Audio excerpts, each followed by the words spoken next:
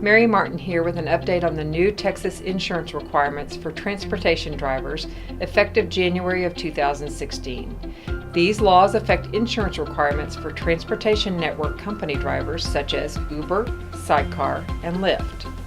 In 2013, a lawsuit was filed in San Francisco regarding a 6-year-old girl who was killed and her brother and mother injured by an Uber driver searching for a rider on New Year's Eve.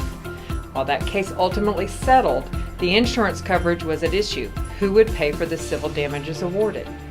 Uber claimed that because the driver had no rider at the time, Uber was not financially responsible for that accident. Instead, Uber argued that the driver's personal policy should be the sole coverage.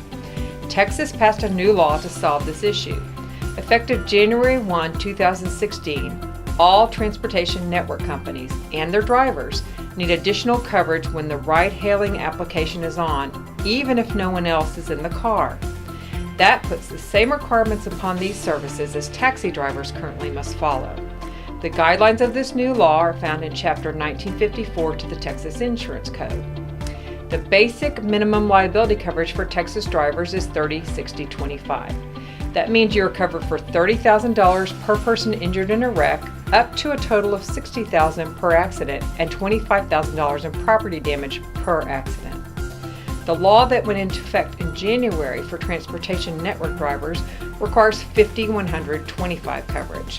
When the app is on without a rider, and an aggregate $1 million in coverage when there is actually a rider in the vehicle. Notably, the law provides that if the driver allows his or her insurance to lapse or has insufficient coverage, the transportation network company must provide the required coverage beginning with the first dollar of a claim against the driver. In addition, transportation network companies must disclose their insurance coverage and the limits of liability of participating drivers.